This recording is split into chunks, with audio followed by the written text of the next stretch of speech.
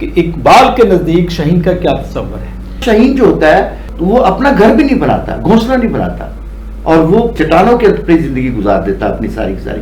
اگر فطرت کے مطابق اپنی زندگی کو گزارے تو اللہ کی مدد ہمارے ساتھ ہے۔ کچھ وقت گزارنا ہے اس دنیا کے اوپر، پھر اس کے بعد کچھ وقت ہم نے زمین کے اندر گزارنا ہے، اور پھر اس کے بعد ہم نے آسمانوں میں زندگی گزارنی ہے۔ تو اگر آپ کو زندگی گزارنی ہی نہیں آتی تو آپ کیا زندگی گزاریں گے؟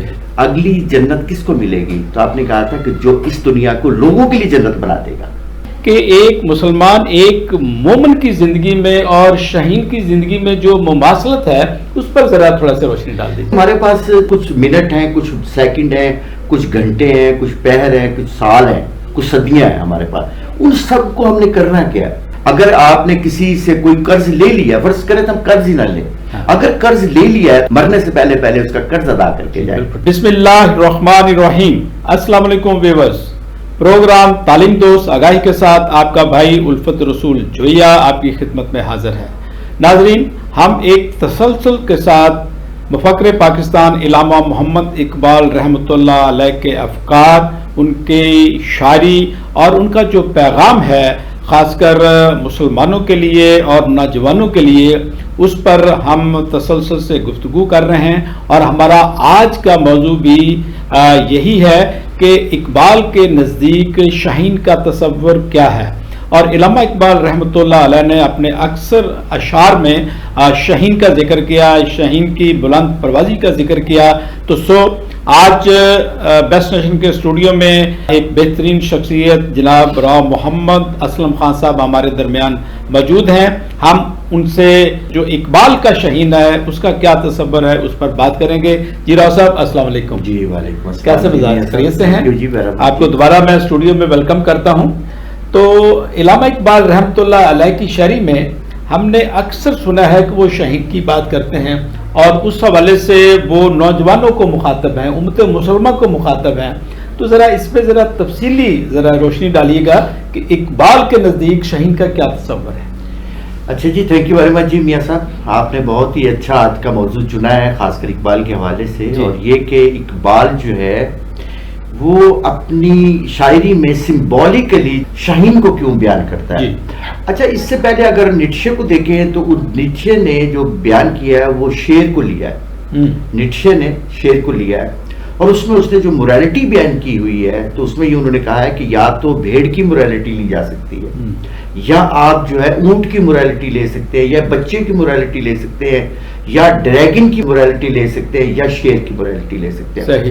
اچھا، اسی طرح سے اور بہت سے لوگ ہیں جو شاعر ہیں، ادیب ہیں، انہوں نے مختلف چیزوں کے اوپر جو ہے نا اپنی زندگی کا جو ہے وہ موریلٹی لے کر کے اپنا سمبولیکلی ان کو بیان کیا۔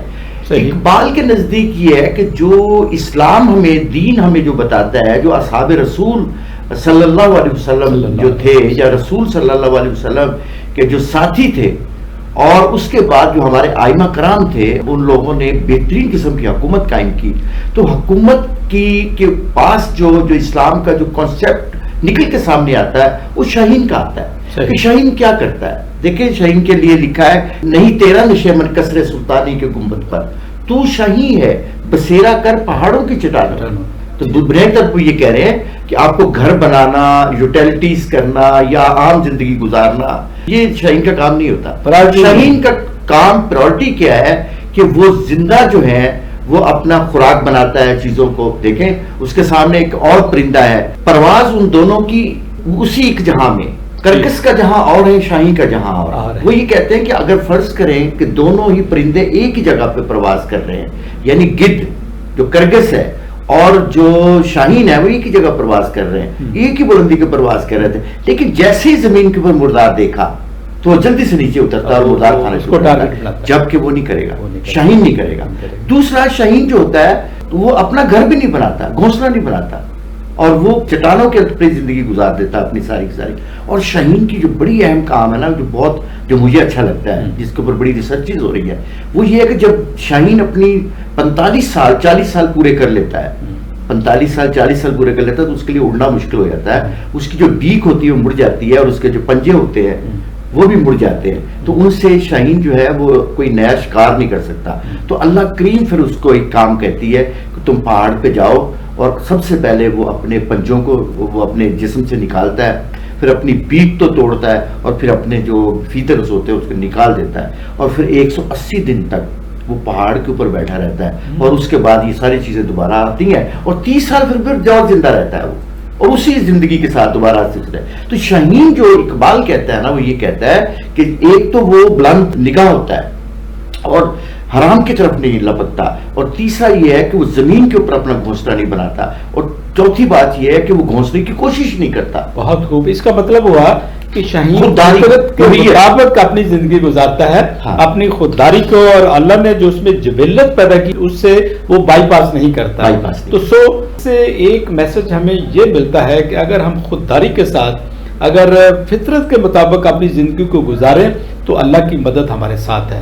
ایکسیلنٹ۔ اور پھر ہم دیکھتے ہیں کہ شاہین بلندی کا سفر کرتا ہے ہمیشہ، حالانکہ اوپر سے اوپر جاتا ہے، اس میں کیا فطرت؟ ہاں اچھا، اس میں نا اقبال نے اور کہا ہے کہ فطرت کے مقاصد کی کرتا ہے نگہبانی، یا بندہ صحرائی یا مرد کوستانی۔ اچھا، اس میں بھی انہوں نے شاہین کی وہ تمام چیزیں، یعنی وہ جبلت بھی اس کے پاس ہوگی، عقل بھی اس کے پاس ہوگی، شعور بھی اس کے پاس ہوگا، اور اس کے مطابق وہ زندگی گزارے گا، لیکن اس کی زندگی جو ہے وہ بلند خیال ہوگی، بلند فکر اس کی بلند ہوگی، تاکہ معاشرے کو زیادہ سے زیادہ جو ہے نا وہ دے کے جائے معاشرے کو کچھ نہ کچھ، کیونکہ ہم نے جیسے اکثر بات کرتے ہیں کہ کچھ وقت گزارنا ہے اس دنیا کے اوپر، پھر اس کے بعد کچھ وقت ہم نے زمین کے اندر گزارنا ہے، اور پھر اس کے بعد ہم نے آسمانوں میں زندگی گزارنی ہے، جو ہم نے جنت میں زندگی گزارنی ہے۔ تو اگر آپ کو زندگی گزارنی نہیں آتی، بلند پایا زندگی نہیں گزارتے آپ، اور بلند فکر زندگی نہیں گزارتے، تو آپ کیا زندگی گزاریں گے؟ تو اقبال بنیادی طور پہ ہمیں یہ کہتا ہے کہ شاہین کے اندر جو وصف ہے، جو اس کے ایٹریبیوٹس ہیں، وہ سارے کے سارے جو مومن کے پاس ہونے چاہیے، مسلمان کے پاس ہونے چاہیے، وہ ایک مرد مجاہد کے پاس ہونے چاہیے، اور وہ اس کو لے کر کے آگے چلے، اور پھر وہ اس کائنات کے اندر بھی ایک بہترین زندگی گزارے جو آپ کے ساتھ باقی اقوام رہتی ہیں، وہ مثالیں آپ کی دے، وہ آپ کو یہ نہ کہنا پڑے کسی کو کہ آپ مجھے فالو کریں، بلکہ وہ خود فالو کریں۔ جیسے آپ نے دیکھا کہ اصحاب رسول کو لوگ فالو کرتے تھے، اور جو ہمارے ائمہ کرام ہوتے تھے، جیسی جیسی حکومتیں آپ اکثر بیان کرتے ہیں کہ سلطنت عثمانیہ کو، تو سلطنت عثمانیہ کے جو لوگ تھے وہ سارے کون تھے؟ وہ بلند پایا لوگ تھے، بلند خیال لوگ تھے، کمیٹڈ تھے، ان کا ایک ٹارگٹ تھا، اور وہ اس کے مطابق اصول و ضوابط کے مطابق جب وہ بڑھے تو جتنی مرضی مشکلات آئیں وہ ان کی نظر اپنی منزل کی طرف تھی، اور انہوں نے اپنی منزل کو حاصل کیا۔ جی، منزل جو مسلمان کی میرے نزدیک ہے نا، وہ تین ہی ہے، جیسے میں اکثر بات کہتا ہوں کہ اپنے آپ کو پہچاننا، اپنے اللہ کو پہچاننا، اور اس کائنات کو پہچاننا، اور آپ فطرت کے تقاضے ہیں، فطر کے تقاضے۔ اگر آپ یہ نہیں کریں گے تو آپ یقین کر لیں گے، کیونکہ اقبال نے کہا نا ہے جرم ضعیفی کی سزا مرگ مفاجات، کہ اگر آج باقی اقوام ہم پہ مسلط ہے، اس کی اصل وجہ یہی ہے کہ ہم نے اسلام کے دین کے، قرآن کے اور نبی کریم صلی اللہ علیہ وسلم کے اس پیغام کو سمجھا ہی نہیں ہے، اور آج ہم اسی وجہ سے دنیا کے اندر جو ہے رسوا ہو رہے ہیں۔ ہم کوشش کریں گے انشاءاللہ کہ لوگوں کی اس قابل کریں، اور ہماری حکومتیں بہت اچھی کام کر رہی ہیں، وہ بھی کر رہی ہیں، کوشش کر رہی ہیں، ہمارے لوگوں کے اندر جو اقبالیات آئے اور اقبال کا میسج آئے اور بلند خیالی آئے ہمارے اندر، اور ہمیں باقی اقوام جو ہے وہ کاپی کریں۔ ایکسیلنٹ۔ اس کا مطلب ہے کہ علامہ اقبال رحمۃ اللہ کے علیہ کے نزدیک جو شاہین کا تصور ہے وہ فطرت کی عکاسی کرنے کے لیے ہے، کہ شاہین فطرت کے مطابق جو اللہ نے اس کی جبلت میں ڈالا ہے اس کے مطابق وہ بلند پروازی کرتا ہے، وہ گھونسلہ نہیں بناتا، وہ نیچرل شکار کرتا ہے، وہ حرام کی طرف راغب نہیں ہوتا۔ تو یہ سارے وہ اصول ہیں جو بلند پایا ہے، اور اس کے مطابق اس کا مقام بھی بلند ہے۔ میں سمجھتا ہوں کہ اگر اسی طریقے سے اقبال کا مقصد یہ ہے کہ مسلمانوں کو، انسانیت کو، اور خاص کر نوجوانوں کو یہ میسج دینا ان کا مقصود تھا کہ آپ بھی اگر شاہین کو اپنا رول ماڈل بنا کر اس کے مطابق اپنی زندگی بسر کریں تو آپ کی زندگی بھی بہت پیور ہو سکتی ہے، بڑی کامیاب ہو سکتی ہے، اور آپ بلندیوں کو چھو سکتے ہیں۔ اقبال نے ایک جگہ بڑی اچھی بات کی ہے، وہ کہتے ہیں جھپٹنا پلٹنا، پلٹ کر جھپٹنا، لہو گرم رکھنے کا ہے ایک بہانہ۔ کہ یہ آپ دیکھیں نا شاہین کو کہ وہ فضا کے اندر کیا کر رہا ہوتا ہے، وہ کبھی پلٹ رہا ہوتا ہے کہ جھپٹ رہا ہوتا ہے, کبھی وہ بلند خیالی کر رہا ہوتا ہے, کبھی اونچا جا رہا ہوتا ہے, کبھی نیچے جا رہا ہوتا ہے, اور اس سے گزر رہا ہے. ہمیں اسلام جو ہے نا وہ تو رکھتا ہے اسٹرگل کے اندر ہے. جیسے میں نے اکثر بیشتر بات کی ہے, رسول کریم صلی اللہ علیہ وسلم کی زندگی دیکھ لیں, دیکھ لیں, انبیاء علیہ السلام کی زندگی دیکھ لیں, وہ ساری کی ساری زندگی ہمیں جو ہے نا وہ آپ کو بتاتی ہے کہ آپ ایکٹیو رہنا ہے, اور پیسیو زون میں نہیں جانا, ایکٹیو زون میں رہنا ہے. اور ایکٹیو زون میں رہ کر کے ہم نے اس کائنات کو خوبصورت بنانا ہے. جیسے بانو آپا سے پوچھا گیا تھا کہ بانو آپا اگلی جنت کس کو ملے گی, تو آپ نے کہا تھا کہ جو اس دنیا کو لوگوں کے لیے جنت بنا دے گا.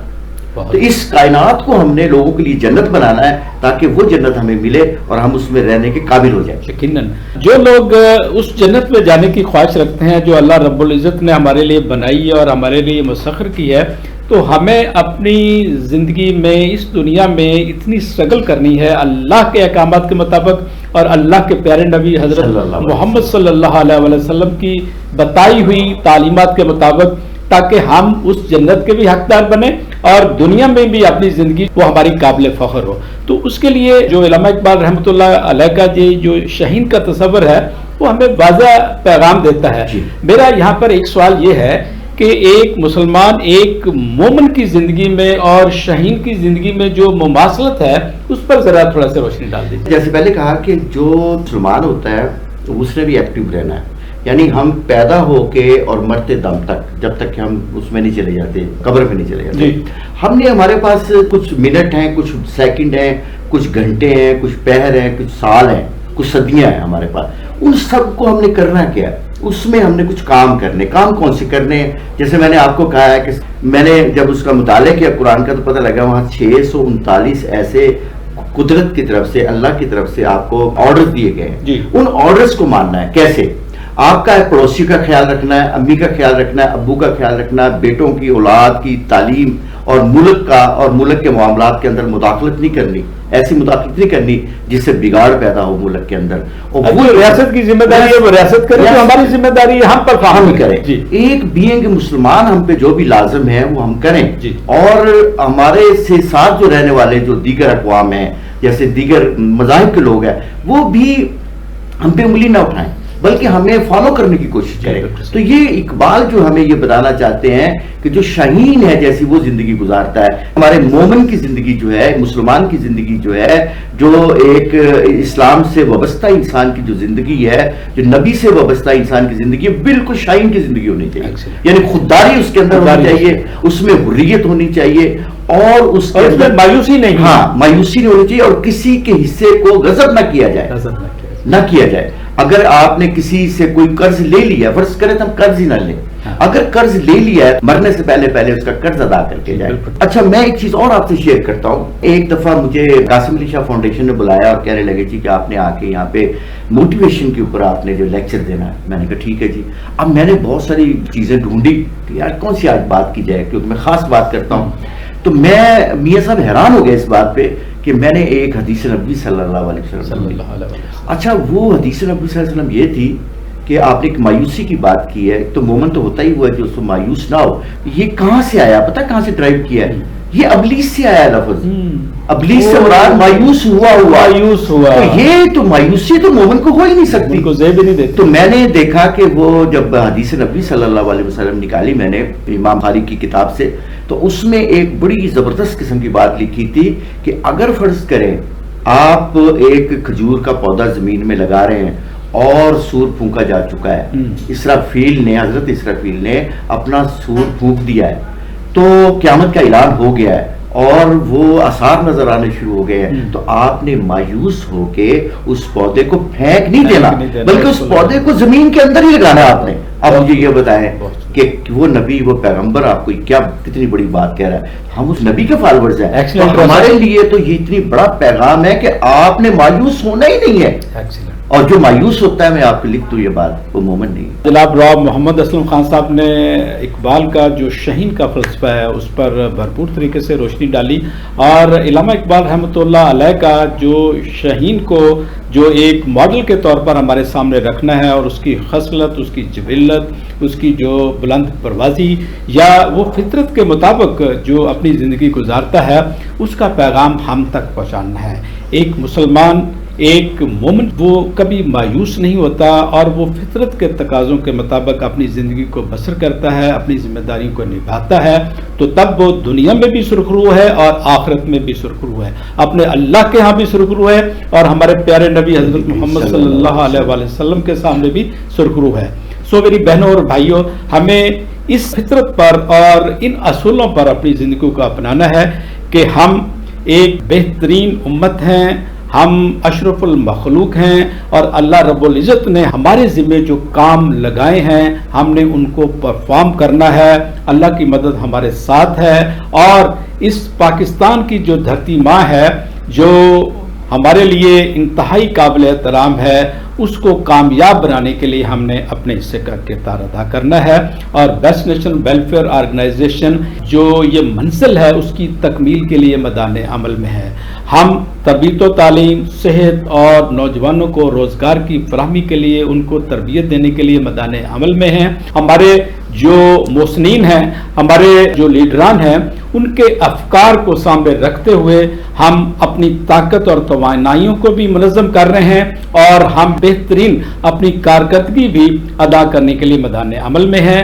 تو انشاءاللہ تعالی ہم مل کر اپنے اپنے حصے کا کردار ادا کرتے ہوئے اپنے منزل کے قریب سے قریب تر ہوتے جا رہے ہیں. انشاءاللہ تعالی اللہ تعالی ہمیں کامیاب و کامران کرے. تو آپ ہمارے ساتھ جڑے رہیے. انشاءاللہ تعالی ملتے ہیں اگلے پروگرام میں. بہت شکریہ، اپنے خیال رکھیے گا. اللہ حافظ.